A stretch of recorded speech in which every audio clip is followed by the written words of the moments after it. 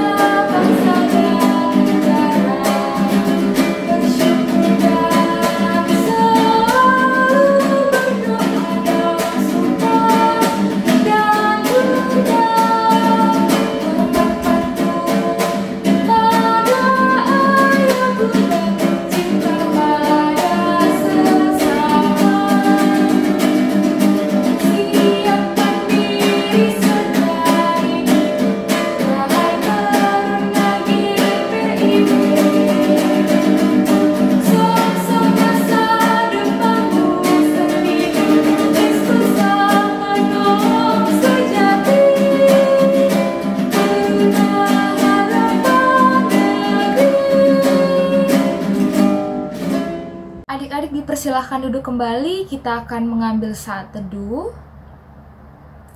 Saat teduh dimulai.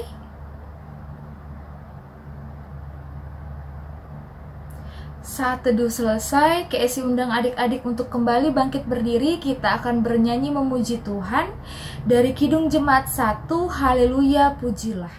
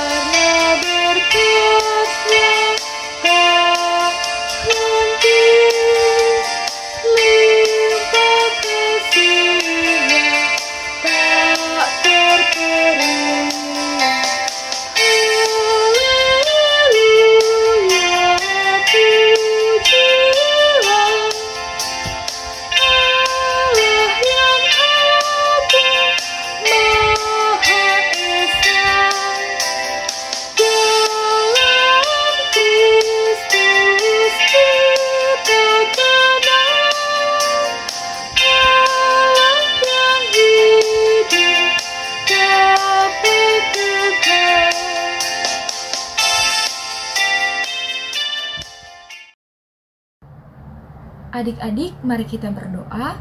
Tuhan Allah Bapa kami yang bertata dalam kerajaan surga, terima kasih ya Bapa, Engkau telah mempertemukan kami di ibadah PT minggu hari ini. Terima kasih juga Tuhan, Engkau telah memberikan kami kesehatan yang melimpah, sehingga kami masih bisa dapat melakukan aktivitas kami sehari-hari dengan baik Tuhan. Sekarang kami akan memulai ibadah kami Bapa, kiranya Engkau mau memberkati ibadah ini dari awal, pertengahan hingga akhirnya nanti ya Tuhan. Berkati juga Kak Vinka yang akan memberitakan firman-Mu Tuhan. Kiranya apa yang diberitakan oleh Kak Vinka dapat kami lakukan di kehidupan kami sehari-hari. Hanya ini doa kami, di dalam nama Tuhan Yesus kami sudah berdoa. Haleluya, amin. Adik-adik masih dalam posisi berdiri, kita akan membaca Mazmur yang terambil dari Mazmur 30 ayat 4-5. Mazmur 30 ayat 4-5 yang menyatakan, "Sebab engkau bukit batuku dan pertahananku, dan oleh karena namamu engkau akan menuntun dan membimbing aku, engkau akan mengeluarkan aku dari jaring yang dipasang orang terhadap aku, sebab engkaulah tempat perlindunganku." Adik-adik boleh dipersilakan duduk kembali. Kita akan masuk ke dalam pemberitaan firman. Sebelum itu, Casey mengajak adik-adik untuk memuji Tuhan dari Kidung Jemaat 51, Kitab Suci Hartaku.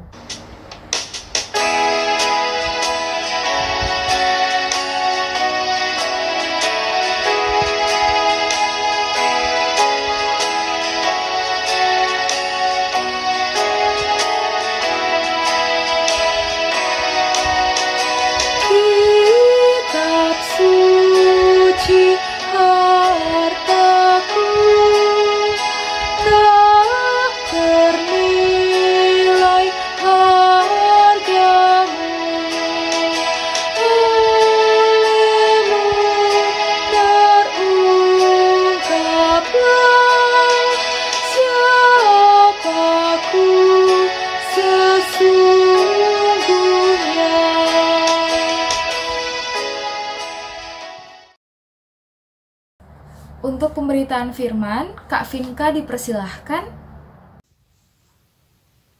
Selamat pagi adik-adik, bertemu lagi kita di ibadah PT tanggal 8 November 2020. Nah, hari ini kita akan membahas tema tentang dipilih untuk menjadi gembala dan pelayan.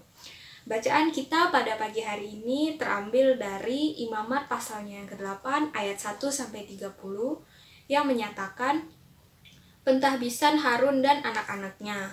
Tuhan berfirman kepada Musa, panggillah Harun dan anak-anaknya bersama-sama dengan dia, dan ambillah pakaian-pakaian, minyak urapan, dan lembu jantan korban penghapus dosa, 2 domba jantan dan bakul berisi roti yang tidak beragi. Lalu suruhlah berkumpul segenap umat ke depan pintu kemah pertemuan. Musa melakukan seperti yang diperintahkan Tuhan kepadanya. Lalu berkumpullah umat itu di depan kemah pertemuan. Berkatalah Musa kepada umat itu, inilah firman yang diperintahkan Tuhan untuk dilakukan. Lalu Musa menyuruh Harun dan anak-anaknya mendekat, dan dibasuhnyalah mereka dengan air. Sesudah itu dikenakannya kemeja kepadanya. Diikatkannya ikat pinggang, dikenakannya gamis, dikenakannya baju efod, diikatkannya sabuk baju efod, dan dikebatkannya sabuk itu kepadanya. Dikenakannya tutup dada kepadanya, dan dibubuhnya di dalam tutup dada itu, Urim dan Tumim. Kemudian ditaruhnyalah serban di kepalanya, dan di atas serban itu di sebelah depan ditaruhnyalah patam emas, yakni jamang yang kudus, seperti yang diperintahkan Tuhan kepada Musa. Musa mengambil minyak urapan, lalu diurapinya kemah suci serta segala yang ada di dalamnya, dan dikuduskannya semuanya itu. Dipercikkannya sedikit dari minyak itu ke mezbah 7 kali, dan diurapinya mezbah itu, serta segala perkakasnya, dan juga bejana pembasuhan serta alasnya untuk menguduskannya.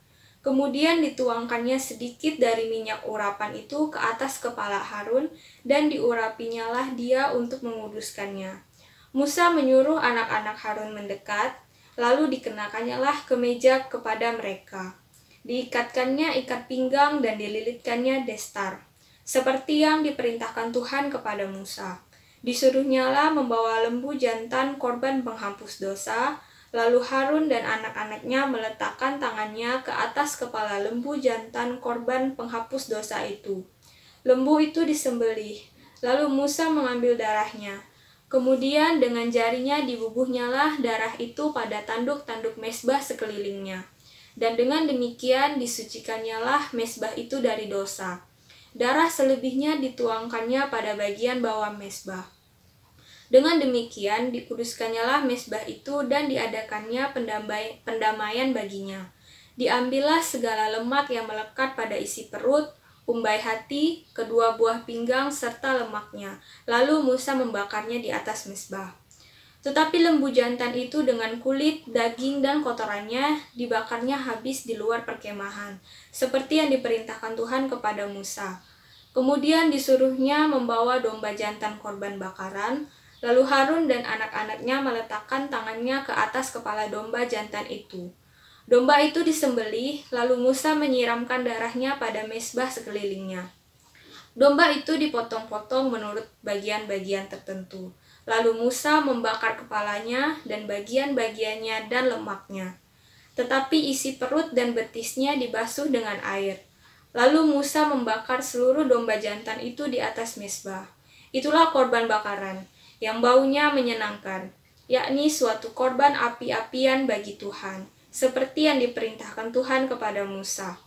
Kemudian disuruhnya membawa domba jantan yang lain, yakni domba persembahan pentabisan. Lalu Harun dan anak-anaknya meletakkan tangannya ke atas kepala domba jantan itu. Domba jantan itu disembelih, lalu Musa mengambil sedikit dari darahnya dan membubuhnya pada cuping telinga kanan Harun, pada ibu jari tangan kanan dan pada ibu jari kaki kanannya. Musa menyuruh anak-anak Harun mendekat, lalu membubuh sedikit dari darah itu pada cuping telinga kanan mereka, pada ibu jari tangan kanan dan pada ibu jari kaki kanan. Lalu Musa menyiramkan darah selebihnya pada mezbah sekelilingnya. Diambilnyalah lemaknya, ekornya yang berlemak, segala lemaknya yang melekat pada isi perut, umbai hatinya, kedua buah pinggang, serta lemaknya dan paha kanannya. Dan dari dalam bakul berisi roti yang tidak beragi, yang ada di hadapan Tuhan, diambilnyalah satu roti bundar yang tidak beragi, satu roti bundar yang diolah dengan minyak, dan satu roti tipis, lalu diletakkannya di atas segala lemak dan di atas paha kanan itu. Dan ditaruhnya seluruhnya di telapak tangan Harun dan di telapak tangan anak-anaknya. Dan dipersembahkannya semuanya sebagai persembahan unjukan di hadapan Tuhan. Kemudian Musa mengambil semuanya dari telapak tangan mereka, lalu dibakarnya di atas mezbah, yaitu di atas korban bakaran. Itulah persembahan pentahbisan untuk menjadi bau yang menyenangkan. Itulah suatu korban api-apian bagi Tuhan. Musa mengambil dada domba itu dan mempersembahkannya sebagai persembahan unjukan di hadapan Tuhan. Itulah yang didapat Musa sebagai bagiannya dari domba jantan persembahan pentahbisan itu, seperti yang diperintahkan Tuhan kepada Musa. Dan lagi Musa mengambil sedikit dari minyak urapan dan dari darah yang di atas mezbah itu. Lalu dipercikannya kepada Harun, ke pakaiannya, dan juga kepada anak-anaknya dan ke pakaian anak-anaknya. Dengan demikian ditahbiskannya Harun, pakaiannya, dan juga anak-anaknya dan pakaian anak-anaknya. Demikian firman Tuhan. Adik-adik, pada pagi hari ini kita akan membahas tema tentang dipilih untuk menjadi gembala dan pelayan. Nah, pada Imamat 8 ini memang agak panjang ya ayatnya, ayat 1-30 yang tadi sudah dibacakan. Nah, pada ayat ini kita dibawa untuk kembali ke cerita tentang penyertaan Tuhan terhadap umat Israel. Nah, jadi kita diajak flashback nih, kita diajak kembali mengingat tentang cerita perjalanan umat Israel yang disertai Tuhan. Tuhan pada saat itu menyertai perjalanan umat Israel. Tuhan menuntut umat Israel untuk keluar dari tanah Mesir. Perjalanan yang adik-adik sudah tahu ya, perjalanan yang cukup sangat panjang untuk sampai ke tanah Kanaan. Tapi Tuhan selalu menyertai umat Israel. Nah, di perjalanan itu banyak sekali yang dihadapi oleh umat Israel, mulai dari kejadian di sekitar kaki Gunung Sinai, terus di tepi Laut Teberau, dan juga waktu itu bangsa Israel menaklukkan Yeriko dan banyak lagi cobaan-cobaan lainnya sepanjang perjalanan itu. Nah, di dalam proses perjalanan ke tanah Kanaan itu dari keluar Mesir itu, bangsa Israel mengimani bahwa sesungguhnya karya Tuhan sajalah yang nyata dialami oleh nenek moyang mereka hingga generasi baru yang memasuki dan mendiami tanah Kanaan itu. Nah, sepanjang perjalanan ini kan banyak sekali penyertaan Tuhan yang terjadi di dalam perjalanan itu. Nah, mereka tuh mengimani bahwa ini semua berkat Tuhan sampai mereka bisa sampai di situ. Ini semua karena penyertaan Tuhan sepanjang jalan itu. Nah, mereka sangat-sangat mengimani hal tersebut. Sampailah mereka di tanah Kanaan dan mereka percaya bahwa iman yang mereka pegang ini, iman yang mereka dalami ini akan terus sampai hingga ke generasi baru yang akan memasuki dan mendiami di tanah Kanaan. Di ayat tadi juga kita ada baca tentang peran Harun dan anak-anaknya. Adik-adik, dalam kisah pengangkatan dan penubuhan Harun ini, dalam jabatan iman yang tadi barusan kita baca, mereka dipilih dan dikhususkan untuk menjaga dan memastikan tanggung jawab Israel untuk beribadah dan bertanggung jawab untuk menjaga umat Israel untuk mampu hidup kudus. Nah, kudus di sini mungkin adik-adik sudah tahu ya, kudus di sini itu artinya suci gitu. Nah, jadi mereka ini ditahbiskan dalam suatu upacara yang kudus gitu. Jadi mereka juga harus mengikuti aturan-aturan pentahbisan itu. Nah, namun di dalam perjalanan dalam proses pentahbisan ini ada 2 anak Harun yang tidak mengikuti proses ini secara kudus gitu. Nah, apa yang terjadi adik-adik?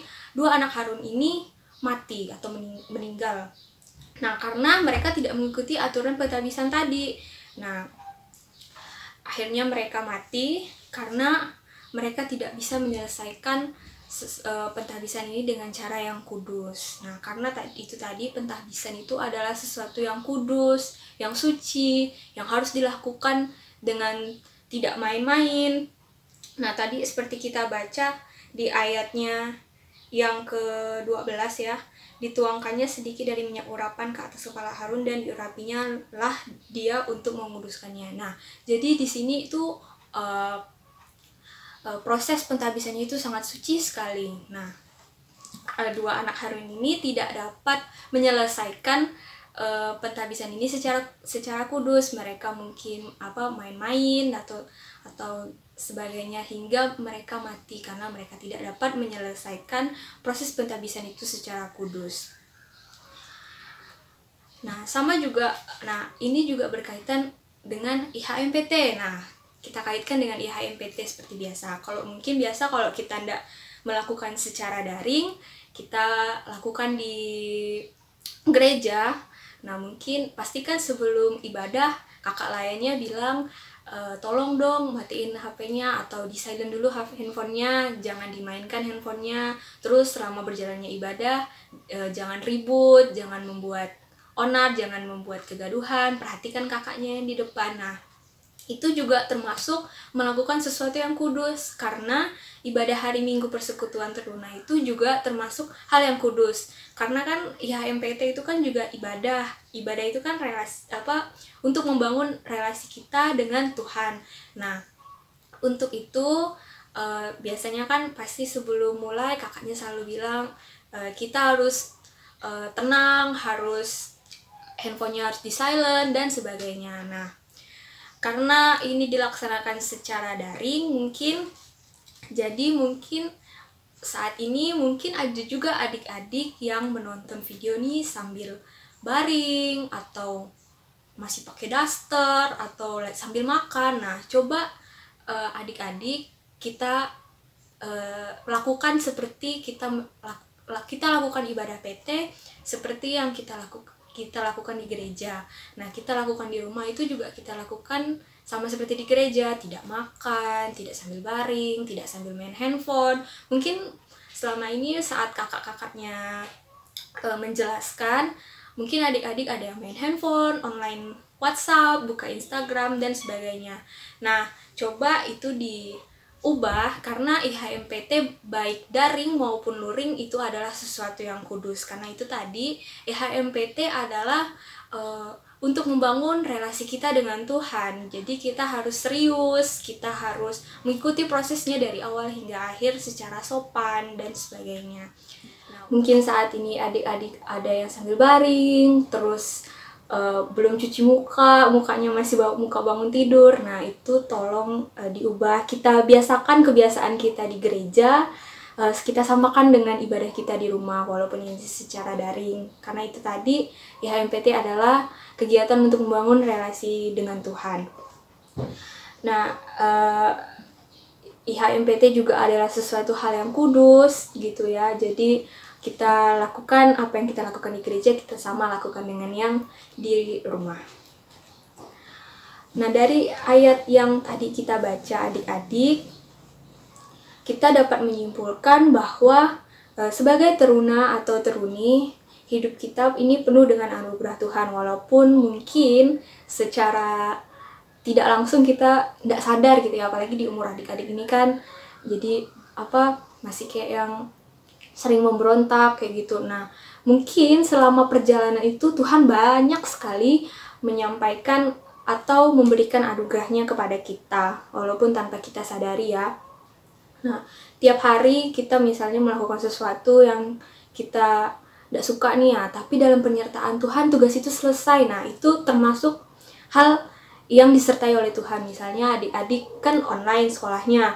Nah, adik-adik nih malas sekali rasanya mau bangun, mau online. Nah, atau ada dapat tugas, terus tugasnya sulit untuk diselesaikan, tapi akhirnya tugas itu juga selesai. Nah, itu salah satu bentuk penyertaan Tuhan dalam kegiatan sekolah kita seperti biasanya. Nah, Tuhan sudah memilih kita, sudah menebus kita, sudah menyelamatkan kita. Nah, maka dari itu Dia akan memelihara dan tidak akan pernah meninggalkan kita. Walaupun mungkin di suatu saat kita akan berpikir, kok Tuhan nih kayak meninggalkan aku ya, kok Tuhan kayak jauh gitu dari aku. Padahal Tuhan tidak pernah meninggalkan kita sedikit pun. Tuhan akan terus menjaga kita, memelihara kita, dan berada di sekitar kita. Nah, karena Tuhan tadi sudah memelihara kita, sudah menjaga kita, nah giliran kita nih yang untuk harus juga setia kepada Tuhan. Tuhan udah setia kok sama kita, Tuhan udah memelihara kita. Nah, sekarang giliran kita yang juga taat kepada Dia. Dia akan memelihara kita, akan menjaga kita kalau kita juga taat kepada Allah dan tetap setia kepada Allah. Kita sudah dipilih Allah untuk ditebus, maka kita juga dikuduskannya. Jadi, kalau kita udah ditebus Tuhan, berarti kita ini kudus. Nah, kita ini teruna-teruni, termasuk kakak juga. Nah, itu harus menjaga kekudusan ini gitu. Kita patut untuk selalu menjaga relasi dengan Tuhan. Nah, itu tadi ibadah PT yang sopan, berperilaku yang baik, itu sudah termasuk membangun relasi yang baik dengan Tuhan. Nah, seperti tema kita tadi, kita juga diminta untuk melayani Tuhan. Melayani Tuhan tuh untuk umur kita nggak mesti harus jadi pendeta, atau ya itu mungkin adik-adik ada yang pengen ya, tapi itu bisa. Tapi umur-umur kita ini, kita boleh melayani dari hal yang kecil dulu. Melayani orang tua kita, orang-orang di sekitar kita, atau kalau yang punya adik atau abang, kakak, kita juga bisa melayani mereka. Dengan apa? Dengan menjadi teladan atau berperilaku baik dengan dia. Misalnya contoh, kalau ada teman-teman di sekolah nih yang kayaknya ngajak ribut mulu. Nah, itu kita juga nggak boleh balas, juga nggak boleh ngajak ribut dia, tapi kita tetap berperilaku penuh kasih. Nah, secara tidak langsung kan temen-temennya ini bakal ngeliat kita dong, oh ini bagus ya anaknya, dijahatin juga dia tetap mempunyai kasih gitu.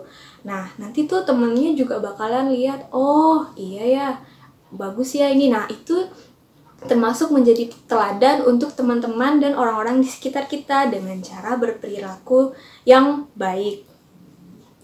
Nah, itu juga termasuk salah satu bentuk melayani, mulai dari dasar kan adik-adik mungkin belum bisa menjadi pelayan di gereja, tapi mungkin ada adik-adik yang punya bakat seperti main piano atau nyanyi. Nah, itu juga nanti nyanyi di gereja. Itu kan juga termasuk kegiatan untuk melayani Tuhan. Tapi kita mulai dari hal yang kecil dulu, seperti ya HMPT itu juga termasuk kegiatan untuk melayani, kayak jadi liturgos. Nah, seperti biasa yang kita lakukan kalau di gereja. Nah, itu juga termasuk bagian dari melayani Tuhan.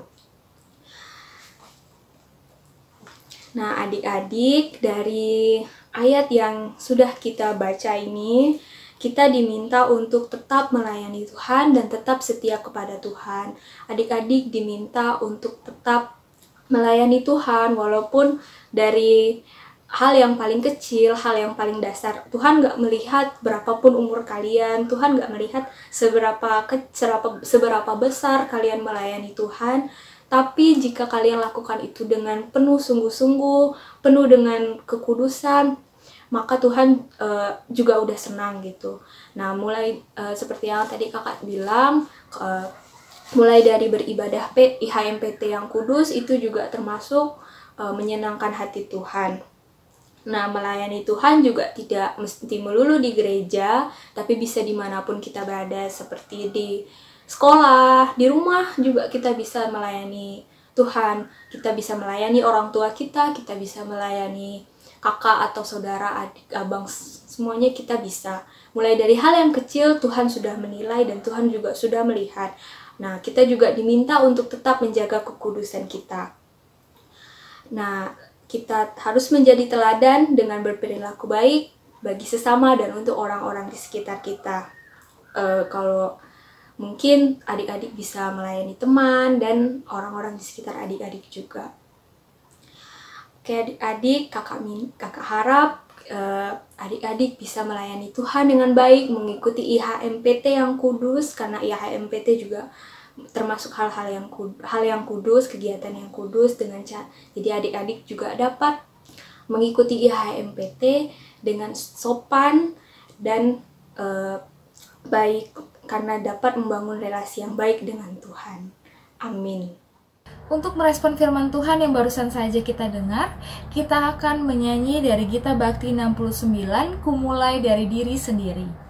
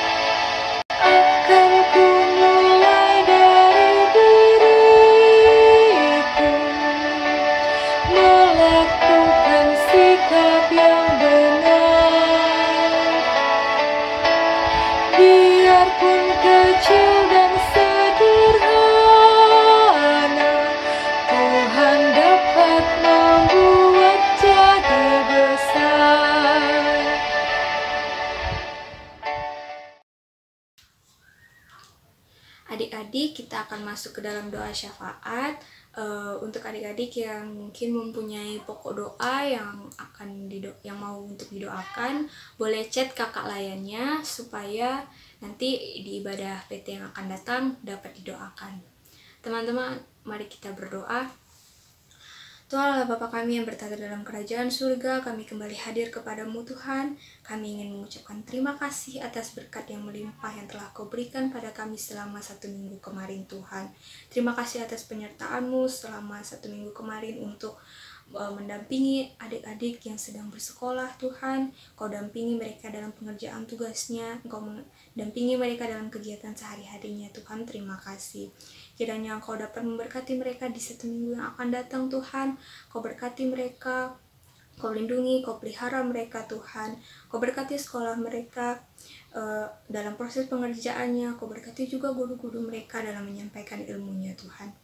Kami juga ingin berdoa untuk bangsa dan negara kami ini Tuhan, kiranya selalu dalam lingkup tangan-Mu saja Tuhan. Kami berdoa agar virus corona ini cepat berlalu Tuhan, karena kami rindu untuk berkumpul di gereja-Mu ini Tuhan. Berkati juga para pelayan-pelayan gereja, para pelayan teruna, kakak-kakak layan, kakak-kakak pengurus dalam menjalani kegiatannya Tuhan.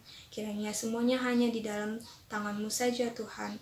Kau berkati kami selama 1 minggu ke depan Tuhan. Kau pelihara kami dan Kau jaga kami Tuhan. Tuhan, ini doa kami Tuhan, kami naikkan hanya di dalam nama Tuhan yang telah mengajar kami berdoa. Bapa kami yang di sorga, dikuduskanlah nama-Mu, datanglah kerajaan-Mu, jadilah kehendak-Mu di bumi seperti di sorga. Berikanlah kami pada hari ini makanan kami yang secukupnya, dan ampunilah kami akan kesalahan kami, seperti kami juga mengampuni orang yang bersalah kepada kami. Dan janganlah bawa kami ke dalam pencobaan, tapi lepaskanlah kami daripada yang jahat.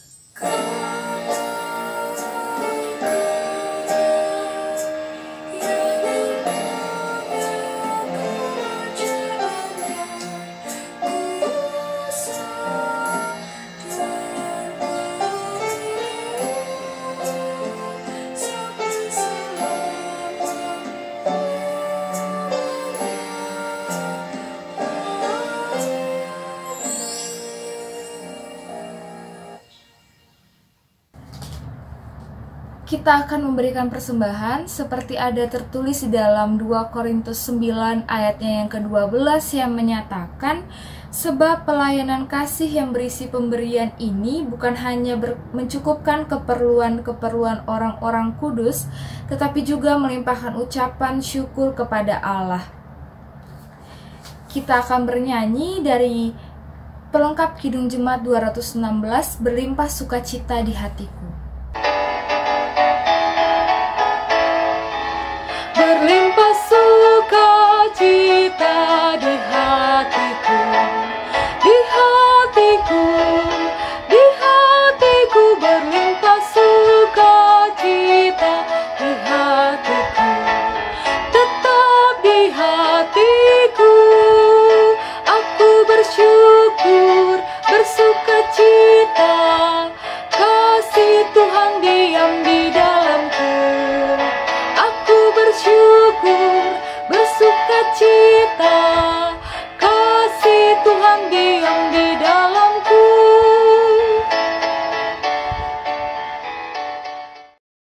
Adik-adik KSI undang untuk bangkit berdiri. Kita akan menyerahkan persembahan ini kepada Tuhan. Mari kita berdoa. Tuhan, ajar kami untuk menyadari berkat dan pemeliharaan-Mu dalam hidup kami, serta pakailah kami untuk menyatakan damai sejahtera melalui pelayanan kasih dan keadilan gereja-Mu bagi dunia ini. Dalam nama Tuhan Yesus kami sudah berdoa, amin. Shalom adik-adik, untuk Warta Pelkat PT pada minggu hari ini. Yang pertama, terima kasih kepada adik-adik sudah bergabung. Kita bersama-sama beribadah secara virtual. Yang kedua, minggu depan kita akan kembali bertemu secara virtual untuk melakukan ibadah PT lagi.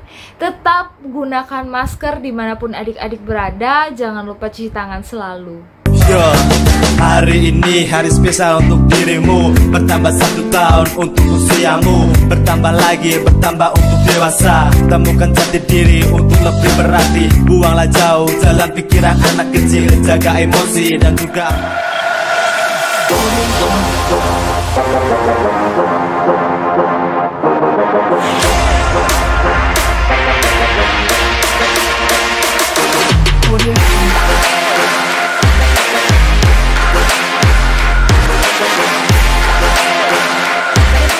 Ibadah kita pada minggu hari ini. KSI undang adik-adik untuk bangkit berdiri. Kita akan memuji Tuhan dari pelengkap Kidung Jemaat 165, Janji yang Manis.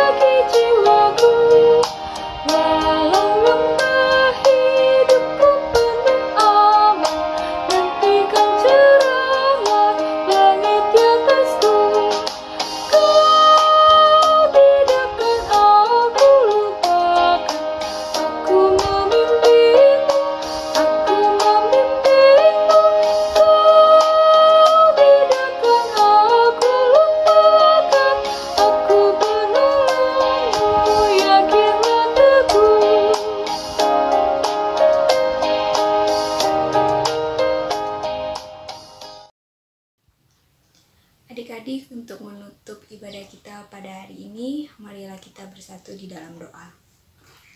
Tuhan Allah Bapa kami yang bertata dalam kerajaan surga, kami kembali hadir kepadamu Tuhan. Terima kasih karena Engkau telah menyertai ibadah kami pada pagi hari ini Tuhan, dari awal pertengahan hingga akhirnya Tuhan. Terima kasih Tuhan karena Engkau telah memberkati ibadah hari ini. Kiranya apa yang disampaikan oleh Kakak Layan dapat diaplikasikan oleh kegiatan adik-adik setiap harinya. Dimanapun mereka berada, mereka tetap menjadi teladan, mereka tetap melayanimu Tuhan dengan kerendahan hati mereka. Tuhan berkati kegiatan mereka selama 1 minggu ke depan Tuhan. Kau berikan mereka kesehatan agar mereka dapat menjalani hari-hari mereka dengan baik Tuhan. Sekarang kami akan melanjutkan kembali kegiatan kami Tuhan. Kiranya Engkau sertai, Kau jaga dan Kau pelihara. Ini doa kami Tuhan, hanya di dalam nama-Mu kami berdoa. Amin. Amin.